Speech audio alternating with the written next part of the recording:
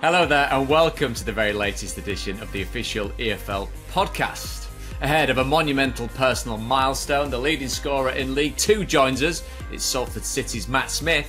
It's the best job in the world, so how can you not enjoy the process and being dedicated to a sport that you just absolutely love? It's not a job in the real sense of it, you know. You just love doing it. So I'm very privileged to have been able to play as long as I have, and hopefully I've got more miles in the tank. Davids Sky Sports Stowell is back in the co-pilot's chair, and Joe Bryant is our latest 72 in 72 contestant, climbing the mountain-like challenge of naming our 72 league clubs in 72 seconds. It's the official EFL Podcast. So, we're back at it on the official EFL Podcast. The Championship's back at it as well, as is David Stowell. How are you, my friend? I'm very well. Here we are again, football friends, talking about what we love to talk about. But the burning question is, what's going on with the beard? Well, do you know what? When there was a day of admin at home, which I got thoroughly bored of, and it was raining. It was a gloomy day, so I thought, do you know what? To keep me occupied for the next 20 minutes, I'll shave my beard off. It got to the point where when it gets to a certain length, it takes a lot of maintenance. There's shampoos, there's balms, there's oil. Basically, you just turn into a bit of a what's it. So I thought, you don't have to do a podcast about this in its own right. I only ask because if you turn my head upside down, I look the same. So it's, yes, there's a bit of a 5 o'clock shadow, but it's anyway. Beard chat aside, so the serious that's stuff. where it's going to get very serious now. It's going to get really serious now. So my beard has gone, so we know where that isn't, but we know where you're going to be on Friday because the Championship starts once again. Rotherham take on Leeds. It's another Yorkshire derby. We love a Yorkshire derby, don't we? And two teams in, safe to say, contrasting form. Let's start with the home side. Still managerless, still in peril. What's your take on the Millers going into Friday? Well, first of all, I think it's a really good game to what will hopefully be a really good game to watch, but it's a really good game to kind of get your head around, I think, because of, as you say, there's a lot of contrast here. I was sad to see Matt Taylor go from Rotherham. I think he's a very good manager. He was excellent down at Exeter City with what he achieved there. The problem this season has been he's built a squad that I think's actually got a possibility of doing okay in the Championship and getting away from trouble, but they're 11 points worse off than at the same stage of last season. And obviously that's a big difference. They've only won one of the last 11 Championship games. They need a lift, as you say, they need a manager. It looks like we'll see Wayne Carlisle, Dan Green and Scott Brown in sort of interim charge as a trio. They were all with Matt down in Devon when he was working there. So yeah, it's going to be fascinating to see how they approach the game and if they can get anything out of it. Leeds on Friday, then they play Hull on Tuesday, and on the horizon they've got West Brom at home, then they've got Plymouth and Leicester away, Plymouth Argyle and Leicester away, and Middlesbrough and Sunderland at home. That's all sort of around the Christmas spell. So I mean, getting points is going to be tough for whoever comes in, but they've got to get some. They've got to be upwardly mobile now, and that's the challenge that they face. Speaking about points, a win for Leeds cuts the gap to the top two to 5 points. Now, considering we were looking at Leicester against Leeds a few weeks ago, and if Leicester had have won that, they'd have been 17 clear of Leeds. Yes, Leeds have got to do their job. Teams around them have got to falter slightly, with back-to-back defeats for Leicester going into the international break, they've done Leeds a massive favour. But there's momentum gaining in West Yorkshire where Leeds are going to trek down from. So what's your take on what you've seen from them, and is it now a proper battle at the top for these top two spots? Yeah, it's warming up nicely, isn't it? I think Leeds, top of the form table at the moment over the last 6 games. They've won 5 and lost 1 of those. They've won 6 of the last 7 or 9 of the last 13 in the Championship, depending on how you look at it. Brilliant form, really putting the pressure on the two sides who were flying away with things at the top in the early stages. And what's interesting is, and I was having a little look at this, bearing in mind, I know we're going to talk about West Brom and Ipswich, who are playing on Saturday, but everyone's sort of waiting for Ipswich in particular to slow down because of the fact that they've just been promoted and all the rest of it. And what's interesting here is even the stats men have had a little look into things at Opta and sort of worked out how teams are doing now versus how they should be doing based on XG and sort of things like that. And they're basically saying that both Leicester and Ipswich are overperforming in terms of the points return that they've got, whereas Leeds are where they should be. And I think that the general sort of thought process from what they've said is that Leeds will stay there and come through, whereas Leicester and Ipswich might falter. Now, of course, that's all being worked out on a computer screen and on paper, whereas football on grass is very different. But essentially what Leeds seem to be building is starting to strike fear into hearts of fans, I think, who are watching it, and maybe starting to see teams sit up and take notice as not just promotion contenders, but real title contenders as well. That front four as well is one to keep an eye on, isn't it? Somerville, Dan James and Joel Perreault and Jorginho Ruta at the very, very top of that one. You mentioned West Brom and Ipswich. They go head-to-head on Saturday, tea time of all times. Can you talk about the stats there and what Opta is saying with regards Ipswich's output in relation to XG, but what you've seen of your own eyes with them? Because sometimes it's that intangible that gets a team across the line, isn't it? I mean, and the key word, momentum, what they did in League One, they've done with bells on in the Championship so far. So is it that magic chemistry of form of the players, fitness of the players? That's a huge part of it as well, being able to navigate through injuries, and also with suspensions coming up, because now, I mean, it's heads down now till the next international break, which is March, isn't it? Yeah, games, it's the old cliche, isn't it? Thick and fast, however you want to say it. Now you just get battered with football if you're a player. And it's our about tagline managing. at Sky Sports, isn't it? We're going to batter you with football. But it's about managing that physically, clearly, because you need your body to be in as sort of good form and condition as it can be. But it's also the mental wrestling with things. You know, some players, and you'll know this obviously from being in dressing rooms, they play a game, they switch off, they go away, they're with their family, they see their mates, they do whatever. Some go home, they watch all the highlights, they look at the fixtures to come. It's all that sort of wrestling with what is in the pipeline. And do you look at the next game and go, oh no, we've got this team next away from home, this is going to be tough? Or do you just play it? And momentum's a huge thing. We often talk about teams who come down and have lost game after game after game, how difficult that is to shake off. The momentum of winning every week is something that's it's quite easy to carry on mentally if you're in a good space surrounded by good people.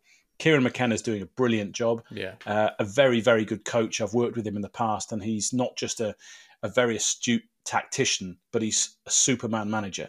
We've seen that at Ipswich over the last couple of years, and he's doing a superb job now. And they're playing a West Brom side, which you don't quite know what you're going to get from West Brom, even though they're doing very well in the table. And it underlines how open the Championship is in that sort of top half, if you like. But you look at the results recently, 3 wins on the bounce, then a defeat. Before that, a draw, a loss, 2 wins, 3 draws and a loss. It's kind of, that there isn't that consistency there necessarily. In the next 4, they play Ipswich, go to Cardiff, host Leicester and go to Sunderland in that beginning of December spell. So I wonder where we'll see West Brom in sort of 4 games' time after those, because that'll tell us an awful lot about how they are as a team with the ball, but also in the mind as well. Very intrigued to see how that pans out over the course of the weekend. Got to give a special mention to the Sunderland fans who will be travelling down to Plymouth Argyle this weekend. In my estimation and calculations, that's an over 800-mile round trip. That's got to be one of the longest, if not the longest, in the Football League, do we think? It must be right up there, yes, certainly. And Devon is a beautiful part of the world. It's terrific to be there. But when you're on a coach for hours to get there and then you immediately turn around and go back, it's not the most desirable away day necessarily. So, no. Yeah, safe travels to all the fans doing long journeys this weekend and throughout the season. Big love and respect to the Black Cats. Respect, not respect like Ali G respect, but respect in the normal way that it's written and spelt and pronounced. Sorry about that. Top of League One, top end of League One. Now, there's a name that's jumped out, which to a few people might be an unfamiliar one. To Oxford fans, it is a familiar one because they've got someone in charge called Des Buckingham, who is there to take over the wonderful work done by Liam Manning. Who is he and what does he do, please, Stowley? Well, yes. What's interesting is I don't know if this is correct, but I would imagine it is, that he's the only EFL manager who's a qualified pilot. I'm sure I've got nothing. I've sure, got no one to throw to check that. But to the contrary of that. Yes, he is a qualified pilot, born in Oxford, and he was part of the youth setup as a goalkeeper there, and then came back in and was coaching and started coaching at the age of 18, I believe. Another example, we were talking with Liam Manning a few weeks ago, weren't we, before he moved to Bristol City, about the fact that sometimes these relatively young managers come in and the idea from the outside can be, oh, who's this young guy coming in and what's he got to offer? But actually, a lot of these guys have been coaching for years and years and years and have a bank of knowledge and experience there to help them along the way.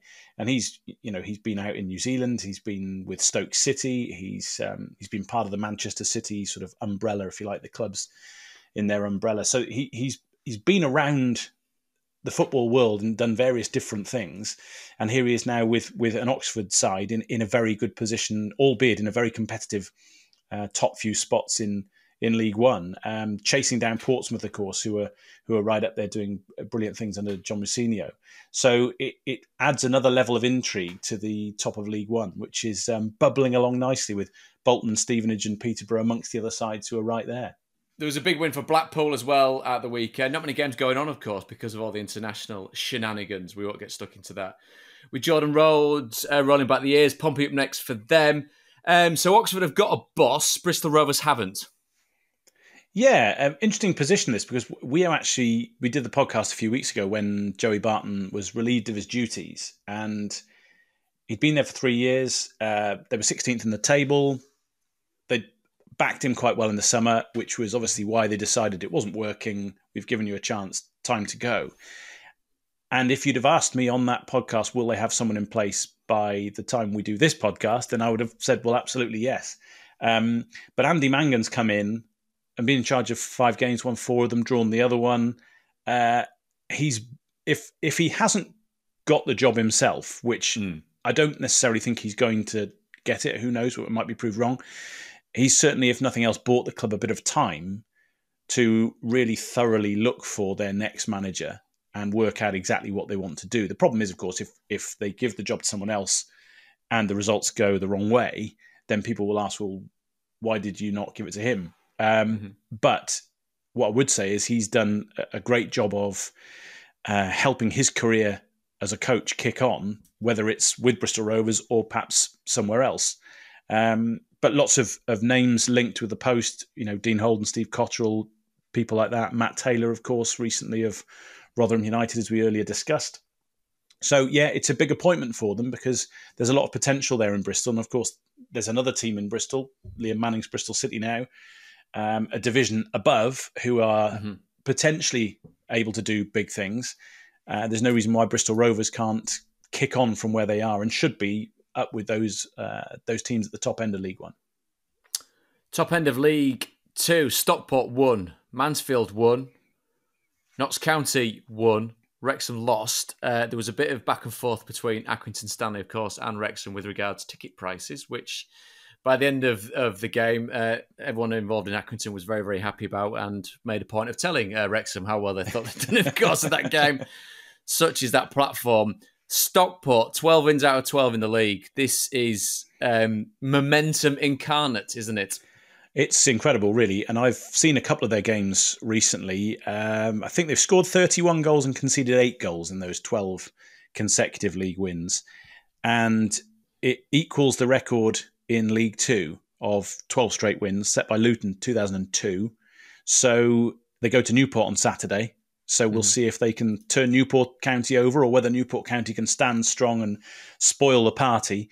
And when you go into all competitions, it's 14 wins from 15 for Stockport, which is remarkable. I remember one of the games I saw in particular, they were at home to Wrexham, and I was covering this for Soccer Saturday.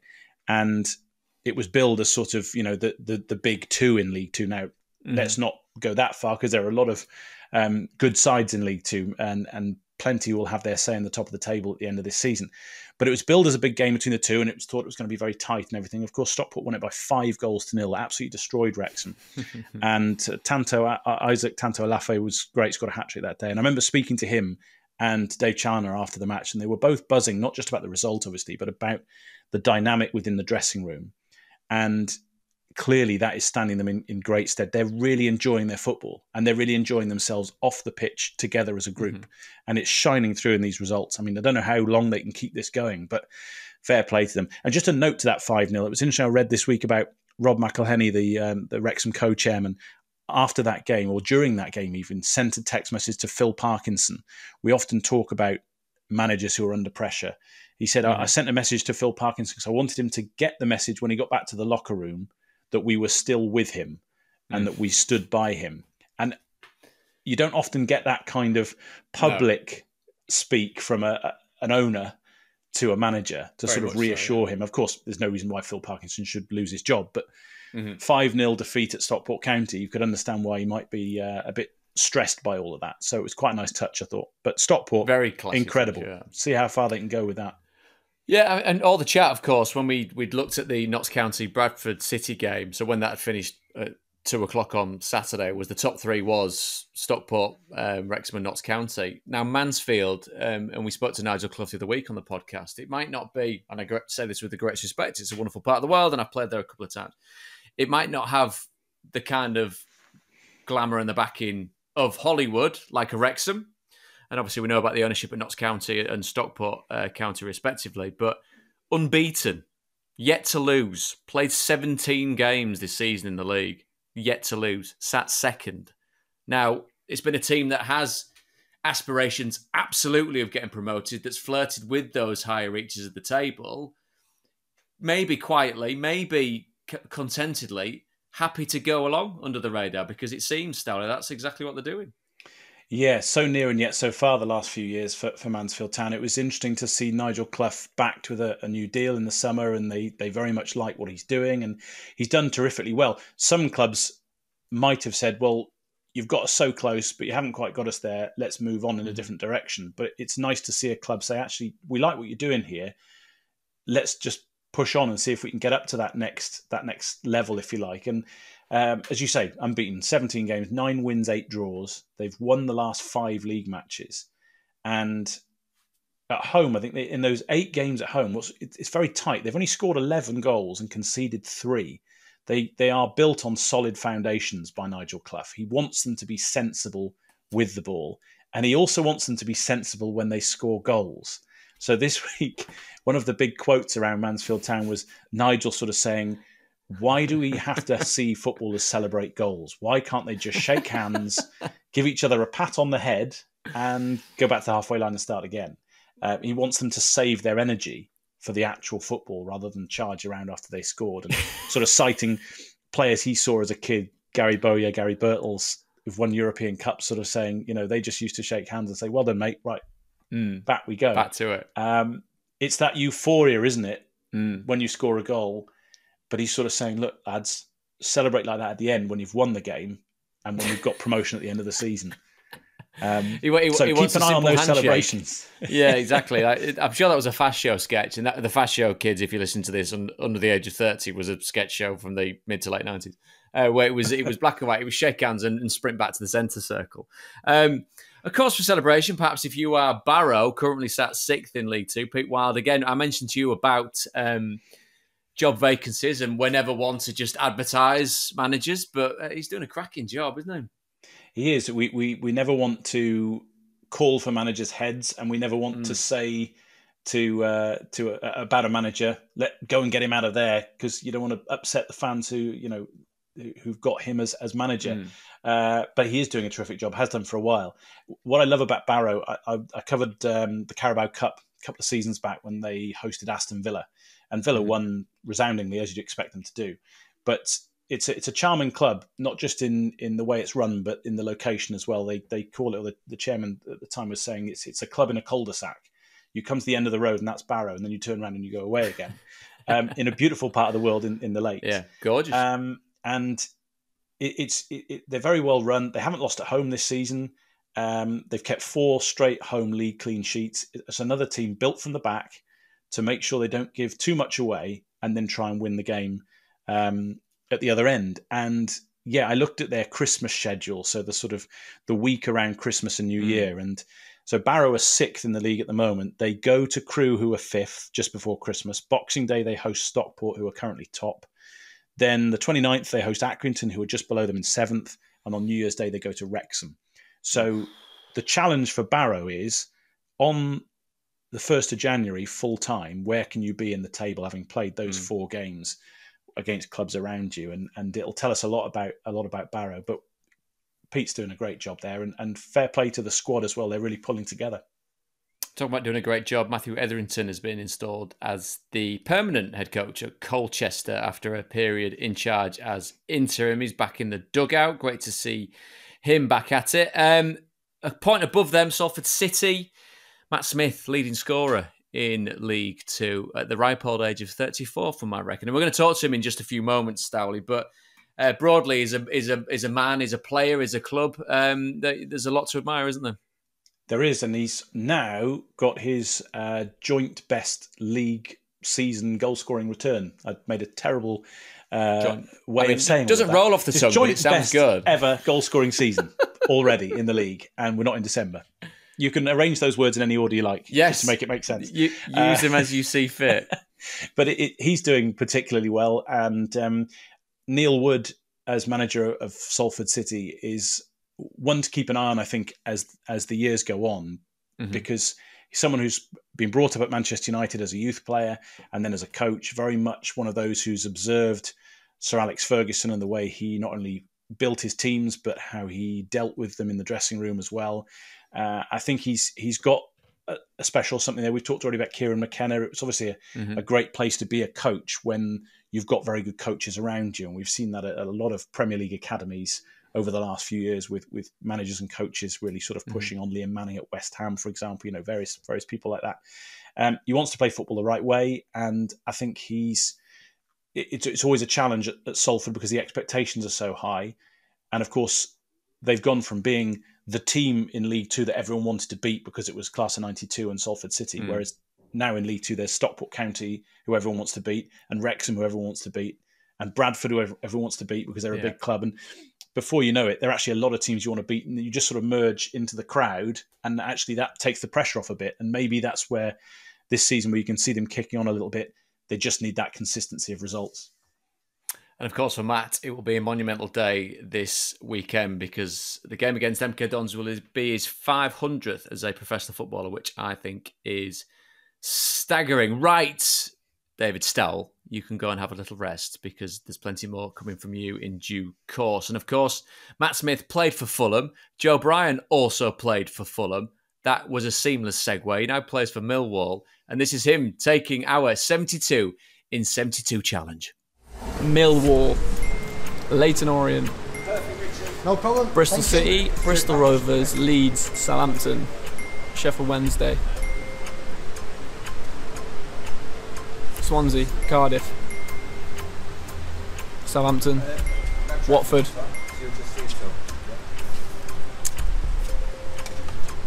How's Watford treating you? Yeah. You're new there, aren't you? Yeah. Huddersfield, Blackburn, Stoke, Norwich, Ipswich, Derby, Charlton,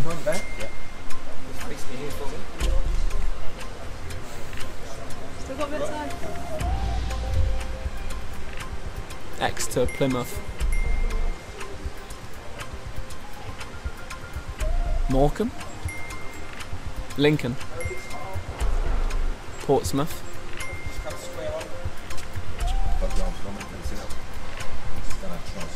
Sutton.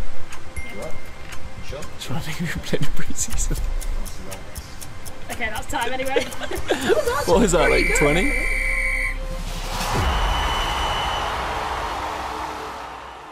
Okay then, Joe Bryan there taking the 72 in 72. A very respectable score of 24. However, we've got a man on the podcast next who's not only the top scorer in League Two, but leading the way now in our 72 in 72 competition with a mighty 38 so far. It's Salford City's Matt Smith. Matt, hello. Thanks for joining us, mate. Do you know what? I'm actually annoyed because when the 72 seconds finished, I thought of like 5 more teams, just like bang, bang, bang, bang. I was evening now. I should have got 45 or something. I was annoyed with myself, to be honest. I'll be brutally honest, mate. I don't think you'll get surpassed. Yeah, I can tell your annoyance. I can really tell that. But I think, given what I've seen and heard, I think you might be safe very, very early on in the season. Now, there's a game this weekend. Salford City take on MK Dons. It's a League Two fixture within the EFL pyramid. There's lots of games going on, but this one is particularly special for you, Matt, because 500 professional games recorded will be this weekend. It's a staggering achievement. Given my little insight into what it is to play football and not getting near that, I can absolutely vouch for it. It entails a lot of dedication, a lot of hard work, the thickest of skins, and a commitment to being the best that you possibly can. And considering that your route into professional football was not the straight line that a lot of footballers can relate to, at 34, all I can say is congratulations. Thank you very much, Brett. No, it's obviously a fantastic milestone. I'm not one to be overly nostalgic about things in football, but probably one milestone that I thought, pat on the back maybe. I think more so from how late I started, going into the game at 22.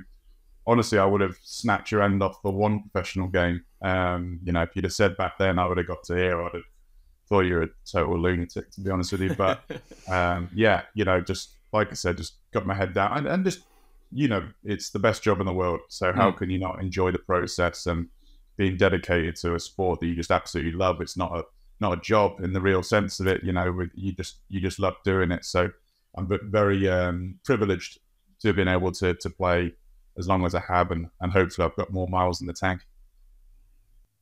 What I'm interested, Matt, to ask you is, obviously we know of the teams that you've played for in the professional game, but where you started out, there are some teams you played for that with the greatest respect to those teams, and of course yourself, some fans won't have heard of the names of those clubs. So what did that sort of past, that education, if you like, get you at those teams, New Mills, Redditch, Littleton, and then Droylsden and Solihull Moors? What did you learn there that's created the Matt Smith that we see these days and in the EFL over the years? Probably a solid grounding into sort of men's football, the mentality of needing to win games. I never did the sort of conventional academy route where, I don't think there's as great an importance placed on actually winning every week. So probably that. But I think it's one of those where you could look back in hindsight and say, yeah, that was great. But at the time, there was no real thought in my own head that professional football was going to be my journey or my route. I did it purely out of enjoyment, a little bit of pocket money when I was at university. There was no real thought process behind that you're going to make a full-time stab at this, let alone for the next, 12, 14 years, whatever it's been. Looking back on reflection, absolutely humbling experience going in at sort of 18 and playing men's football and sort of with grown men. That was definitely a big thing for me. So eventually when I did go to Oldham, whilst it was a huge adjustment in terms of going to full-time football, the mental side of professional football was something I'd never really considered, but in fact for me is one of the toughest things. But I think definitely stepping into the men's arena earlier maybe than most is probably the one thing that I could look back on and say, yeah, probably gave me a little bit of a stepping stone into the professional game. You mentioned university and education there, and it's something that whenever I've seen your interviews, whenever I've heard you talk, Matt, and speaking to ex-teammates of yours, it's something that comes to the forefront. I think it is a bit of an outdated cliche about intelligent footballers seen as kind of few and far between, because as we well know, I mean, we may act like juveniles, but there are some that can hold a conversation. Oh, sure, yeah.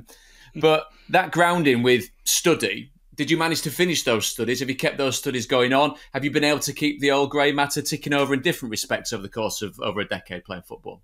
Yeah, particularly my last year of university was difficult, juggling Conference North and a final year of uni. That was probably the toughest part of it. I played quite locally in my first few years, but then I played for Solihull Moors in my last year, so there was a bit of commuting back and forth to Birmingham, Manchester, and sort of keeping on top of things. That was tough. But since then, yeah, I've got a lot of business interests outside of football. I actually took a master's degree about 3 years ago now. I'm due to graduate in a month's time. 15th of December I graduate, so just before we play Wimbledon, I think, the day before. So that would be great. But yeah, I did. What's the master's in, Matt?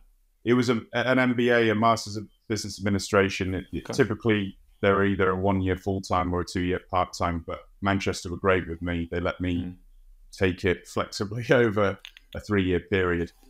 So doing that whilst managing football was tough. I'm father to a nearly 2 year old, so juggling that as well has been tough. But I've enjoyed it. And like you said, it's always been sort of a extracurricular hobby that I've enjoyed, and keeping, like you said, my brain ticking over in that respect has been great. But yeah, juggling with football sometimes, particularly with the away trips and stuff, can be tough. But no, it's been good. So yeah, I've got it boxed off anyway. So no more education. That's finished now. Was that the plan, Matt? If football didn't work out, if they said to you quite early on, thanks but no thanks, was the plan to go the business route? Yeah, I was well underway with job applications and interviews in London. That was December 2011, 2011 or 10. 6 months before I started my professional football journey. I never thought even at that point I was going to be a footballer. It was probably not until a couple of months before the end of the season where I really started scoring week in, week out for Solihull, that a few clubs, came to my door and said, we'd like to speak to you, blah, blah, blah. And even at that point, I was a bit skeptical as to how serious they were. But it's full dick off the guy that I'm totally indebted to. I had a couple of options in the conference to go to, but he was, Oldham in League One was the one and only, and he came to my door and showed a lot of faith in me, gave me a 2 year deal, and that's the guy that I'm certainly indebted to, for sure. The intriguing part about that is, given what, again, back to perception of football and the days in the Premier League of kind of wages that we thought we'd possibly never see, and incrementally only getting higher, that everyone through the pyramid is on at least 20 grand a week. I mean, it's a very lazy cliche, and I think as time ebbs on, that gets chipped away and there's more realism in it. So that choice that comes for you at that time to go and play for Oldham Athletic in the Football League, it's not a lottery win by any stretch of the imagination. It's, if anything, it's more hard work. It's more time spent to this vocation, to this dedication. And I'm sure, given what you said educationally, you could have gone, your life could have gone in a completely different trajectory. You could have not even looked back in the rear view and had been very successful in business or wherever your interests took you, Matt. So that real love, that must have been the overriding ambition, because you do strike me as a fellow that would have weighed at the pros, the cons, the balances, and I'm sure family and friends would have said, well, are you sure, Matt? I mean, I know it could be this, it could be that, but was it solely your decision? Did you seek counsel from anyone? I mean, ultimately, my parents, I think my dad as an ex-footballer was proud of me to have got the opportunity. I think my mum, who is particularly hot on education, kind of just saw it as a gap year I never had. If it works, great. If it doesn't, then, To Oldham. Yeah. Not most that was gap year, but gap year, not for that. But ultimately, I had something to fall back on. Should I fall on my sword after a year? Even after 18 months at Oldham, you probably could have looked at it as a bang average /poor 18 months. I could have easily, at that point, thought this is going to end pretty soon. It wasn't until the last 6 months of my time at Oldham that things really escalated. But I think I just kind of, in the back of my mind, knew I had a safety net, and I was young. I was 22. It was my dream to, be a footballer, even though I never thought it would be a reality.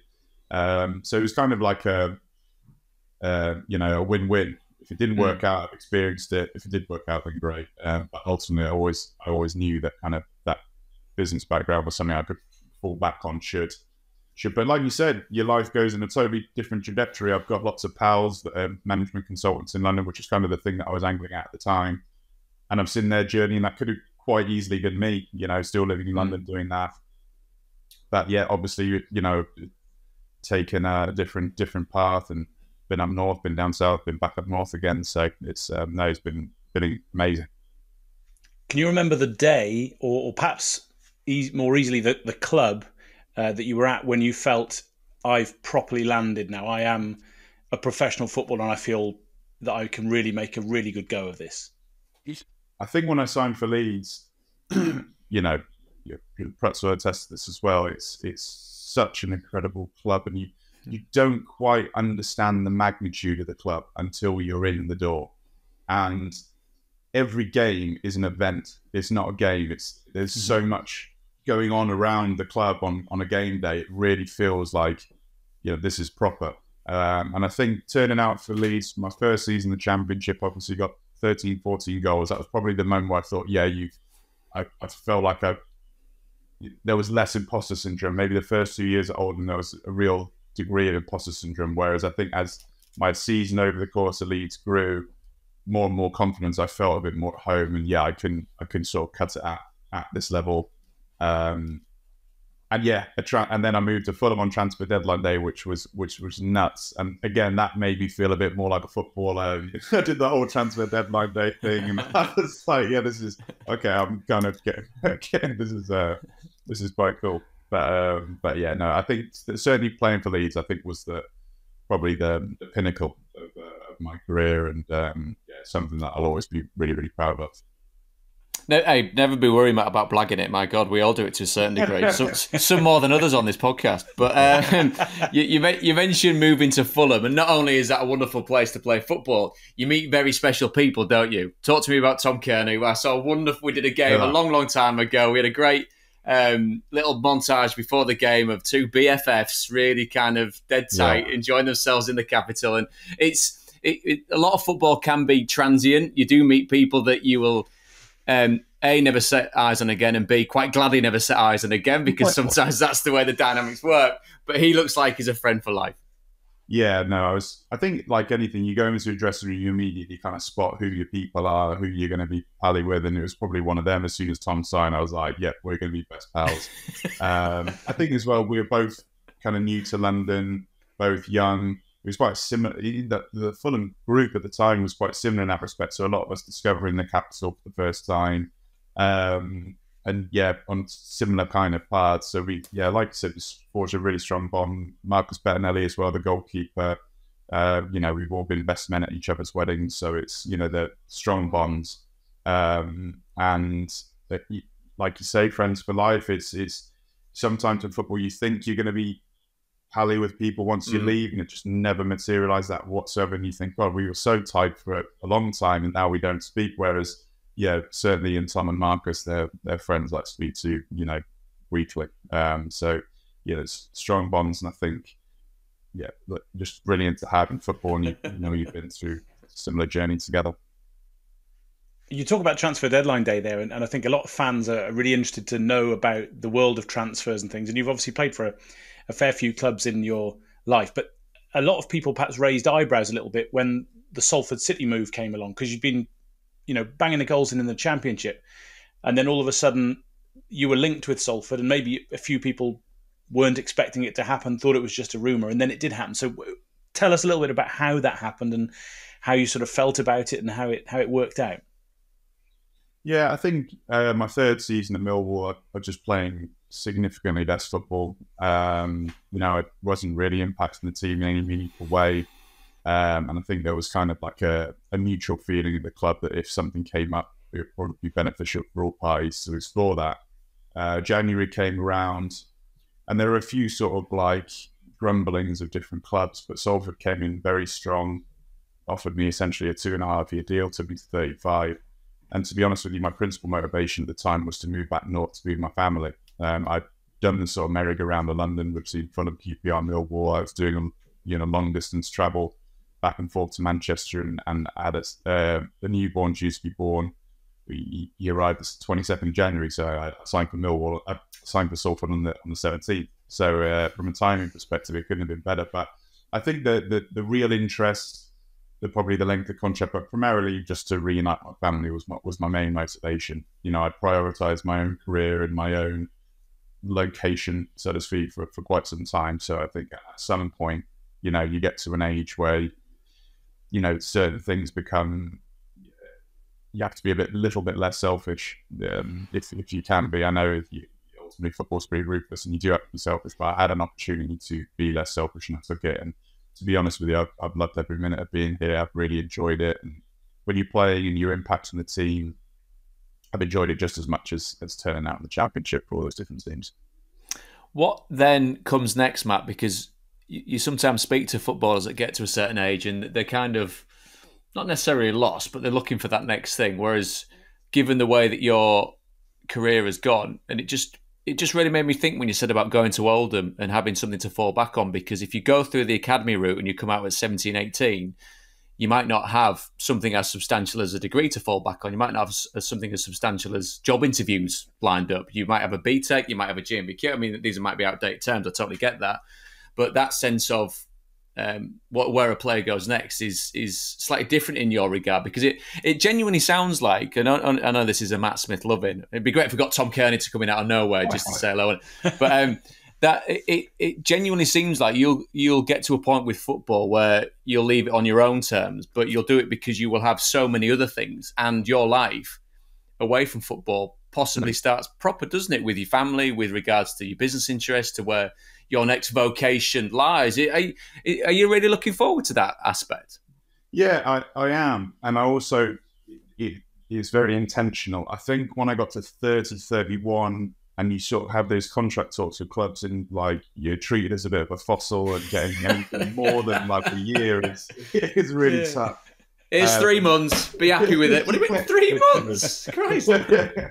Literally. I think a lot of it became a bit born out of fear. You read the statistics of players retiring, you know, the divorce rates, the bankruptcy rates, alcoholism, depression. It makes for incredibly awful reading if you really peel it back.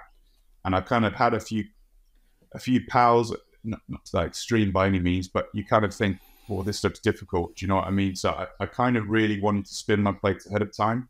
I think that's where the degree started, and a lot of stuff kind of peeled off that. But yeah, I set up a business about a year ago with 4 entrepreneur friends in London. We've all built and sold their own first business, their second business for them. And it's an investment platform called Sequel. It's exclusively professional athletes. We've got about 150 on the platform at the moment. We've kind of been building that out for the past year, and it's something that I've kind of thought that's what I would like to move into full time. And I'd like to say, it's about potentially leaving on my own terms whenever that will be, if that's, you know, after another year or 2 years or whatever it may be. When that time is right, hopefully I can do it on my own terms. I remember speaking to some senior, Scott Parker or someone at Fulham, and it's exactly that. It's about leaving on your own terms and not retiring thinking, now what? Do you know what I mean? And I think that's where some players can become a bit unstuck, is not spinning your plates ahead of time, because when it hits you, it can hit quick, and like I said, the slippery slope can be quite extreme as well. So yeah, I think I've kind of got my sort of head focused on that outside of football, and like I said, moving that full time, but also trying to enjoy the rest of however many months, years I've got left in the game. You know, I mean, it's like I said before, it's the best job in the world. I don't think I'll be able to replicate the buzz in any other walk of life, to be honest with you, because of you know yourself, the feeling of walking out the tunnel at 3 o'clock, feeling of scoring a goal or winning a game, they're just abnormal experiences. So to be able to replicate those would be tough, but I do definitely want to move into something where I feel I've got a real sense of purpose and enjoyment. I'm way too sensible to be a manager. That's the vibe I'm getting, Stowell, you as well. I mean, this isn't a madman that's going to be stood frantically waving his arms on a touchline anytime soon. Two things for me when people have asked me that before, coaching management, is like, I think when my role in football has been so basic: get the ball, hold it up, put it wide, get in the box. Come on! My tactical knowledge is just nowhere near what it should be. You know what I mean? I look at some of the lads and the way they discuss tactics, and particularly defensively, I think, well, I'd be shocking at this. Doing this on a bigger scale. And second point, probably more pointedly, is the insecurity. You know, it can be a bit of a conveyor belt management. I think I've had enough of it as a player. You know, I think I kind of want to be a bit more settled in career too. So that probably more meaningfully is just knowing I've got something. I'm not going to be going here, there, out of work. Do you know what I mean? I think that's the one thing I think I'd struggle with in that industry. Well, as I say, simplicity is genius. I mean, we're going to wrap things up now. I mean, Stowley, my sense of inadequacy right here is through the roof. Do you want to add to that before we say bye to Matt? Well, the only thing I would say is I think it's great to see that we're talking about someone who's 34. You see a lot of 34-year-olds or older or around that age players who are obviously drifting a bit. The spark has gone or the ability's gone. But here we are talking about someone who's top scorer in League Two. 12 goals in your last 14 games, Matt. Hat-trick the other day. Was it downward header to the left, downward header to the right, and the poacher's finish for the third? I mean, it's still all ticking along nicely. So, why are we talking about stopping here? Exactly. I think that's what everyone else is saying as well. I'm just coming to my peak at 34. But I think that the beauty with my game is that I've got no pace to lose. I'm sure the pair of you could probably beat me in the foot race if we went outside now. I'm as slow now at 34 as I was at 24. I think if we did all my running stats and all that, the numbers wouldn't be overly different from 10 years ago. So it's probably the one thing that it works in my favour. I've just got that bit more experience, maybe that bit more nous, and kind of know how to handle myself a bit better than maybe I did when I was younger. And I can draw on a lot of experience. But yeah, physically, I feel great. Really well looked after here at Salford. They've got good recovery facilities, the cryotherapy and all sorts. So I'm keeping that going, which I think has been a real big thing for me, keeping on top of that. And just looking out for myself away from the pitch has been key. But no, in terms of my output, it's just the same. So long may that continue. You could speed past me because I've just done my ACL, so you'll fly away from me. Don't worry about that. And I was always dead slow, so you'd have been able to do it anyway. Matt, you've got to go, mate. We're going to let you go. I could sit and talk to you all day, my friend. This has been just an absolute pleasure, and I think you've got so much to offer. And wherever you go, whichever walk of life, whichever career path you take, whoever's going to be spending time in your company are going to be the richer in all senses for it, my friend. So thank you very much for joining us. Enjoy Saturday. That's the most important thing. Absolutely. 500 professional games is a staggering achievement, mate. Well done. Cheers, Prutton. Thank you, David. Take care, mate. So just the most delightful chat to wrap up another week. A big thank you to my gang this time round, the inspirational Matt Smith, Davids Stowell and Millwall's Joe Bryan. As always, if you've enjoyed it, then please do give us a 5-star rating, press the follow button and share on all of your socials. If you'd like to get in touch, our email address is podcast@efl.com. That's podcast@efl.com. My name's David Prutton and I'll see you same time next week for another episode of the official EFL Podcast.